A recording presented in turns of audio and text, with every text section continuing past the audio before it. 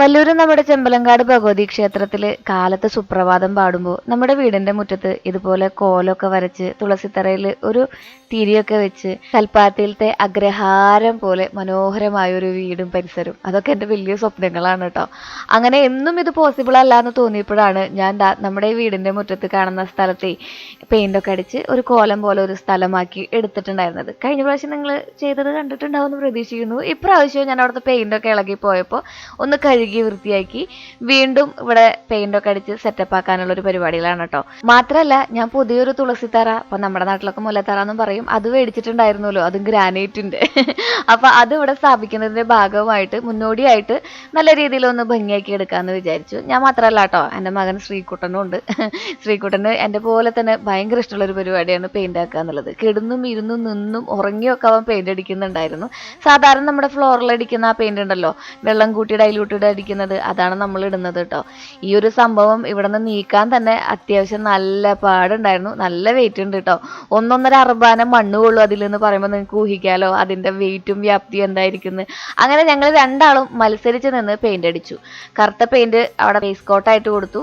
ഇനി അതിന്റെ മുകളിൽ കോലം പോലെ നമുക്ക് നല്ല ഭംഗിയുള്ള ഡിസൈൻസ് ഒക്കെ വരച്ചെടുക്കണം. അപ്പോൾ ഇവിടെ നമുക്ക് ഇനി പെയിന്റ് അടിച്ചാലോ. വീട്ടിലത്തെ മുറ്റത്തും അതുപോലെ തന്നെ ഗാർഡനിലും ഒക്കെ പെയിന്റ് അടിക്കുന്നത് എൻ്റെ ശ്രീകുട്ടൻ്റെ ജോലിയാണ് കേട്ടോ. ഞങ്ങൾ ഓരോ സമയവും മാറി മാറി പെയിന്റ് അടിക്കും. ഈ പെയിന്റ് അടി വലിയൊരു തെറാപ്പിയാണെന്നുള്ള കാര്യം നിങ്ങൾ എപ്പോഴെങ്കിലും മനസ്സിലാക്കിയിട്ടുണ്ടോ? എനിക്കതൊരു തെറാപ്പിയാണ് കേട്ടോ. അവിടെയും ഇവിടെയൊക്കെ പെയിന്റുകൾ അടിക്കുക, എന്തെങ്കിലും മൽത്തുകൊളുത്ത് പരിപാടികൾ ചെയ്യുക എന്നുള്ളതൊക്കെ നമ്മുടെ ഒരു ടെൻഷൻ ബസ്റ്റർ ആയിട്ടാണ് എനിക്ക് തോന്നിയിട്ടുള്ളത്. അങ്ങനെ ഒരു കുഞ്ഞു മഴ കിട്ടിയതിൻ്റെ ഭാഗമായിട്ട് ഞങ്ങൾ വീണ്ടും അവിടെ ഡ്രൈ ആക്കി ഉരുളുന്ന ചെരുപ്പ് ഇട്ടിട്ട് എൻ്റെ മോൻ വന്നിട്ടുണ്ട്. എന്തിനാണെന്നറിയോ?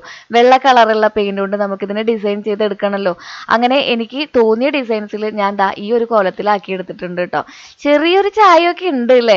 അങ്ങനെ ഭാഗ്യം വന്നപ്പോൾ പറഞ്ഞു എന്നാ പിന്നെ നമുക്കിതിൽ തുളസി നടാമെന്ന്. ഇപ്രാവശ്യം നമ്മൾ തുളസി മാത്രമല്ല ചെത്തിയും അതുപോലെ തന്നെ മുല്ലയും നടന്നുണ്ട് കേട്ടോ. ഒരു മഞ്ഞളും കൂടി ആയാൽ ഗംഭീരാവും. പക്ഷെ മഞ്ഞൾ പറിക്കണമെന്നുണ്ടെങ്കിൽ അങ്ങ് ദൂരെ പറമ്പിലേക്ക് പോകണം. അപ്പൊ അത് പിന്നെ ആവാന്ന് വിചാരിച്ച് നമ്മളിതാ ഇതിലൊരു 1.5 വണ്ടി അറബാനം മണ്ണ് നമ്മൾ നിറച്ചു കൂടിയിട്ടുണ്ട് മക്കളെ. അങ്ങനെ കുറേ നേരത്തെ പ്രയത്നത്തിന് ശേഷം നമ്മൾ നമ്മുടെ തുളസിത്തറയിൽ മണ്ണ് നിറച്ചിരിക്കുകയാണ്. ഭാഗ്യൻ മണ്ണൂത്തിന്ന് മേടിച്ചുകൊണ്ട് വന്നിട്ടുണ്ടായിരുന്ന നമ്മുടെ ഈ ഒരു ചെത്തി ഉണ്ടല്ലോ, നാടൻ ചെത്തി വേണമെന്നാണ്, പക്ഷെ നമുക്കിപ്പോൾ ഈ ചെത്തി വെച്ച് അഡ്ജസ്റ്റ് ചെയ്യാം. നല്ല ഒരു വലുപ്പത്തിലുള്ള ഒരു കുട്ടി തുളസിത്തേയും അതോടൊപ്പം തന്നെ നല്ല മണമുള്ള നമ്മുടെ മുല്ലയും കട്ടമുല്ല ഉണ്ടല്ലോ അതും കൂടിയിട്ട് മണ്ണൊക്കെ നിറച്ച് വെള്ളമൊക്കെ ഒഴിച്ച് സെറ്റപ്പ് ആക്കി എടുത്തിട്ടുണ്ട് കേട്ടോ. ഇതൊക്കെ ചെറിയ കാര്യങ്ങളാണെന്നുണ്ടെങ്കിലും എനിക്കെന്തോ ഭയങ്കര വലിയൊരു കാര്യം ചെയ്ത ഫീലായിരുന്നു. ഇത് വെച്ച അന്നോട്ട് നമ്മൾ ഇന്ന് വരെ ഇവിടെ വിളക്ക് വയ്ക്കാൻ മറന്നിട്ടില്ല. നമ്മൾ വീട്ടിലുള്ള ദിവസമാണെങ്കിൽ നമ്മൾ ശ്രീകുട്ടനെ കൊണ്ടോ അല്ലെങ്കിൽ ഞാനോ ഇതിൽ വിളക്ക് വയ്ക്കാറുണ്ട് കേട്ടോ.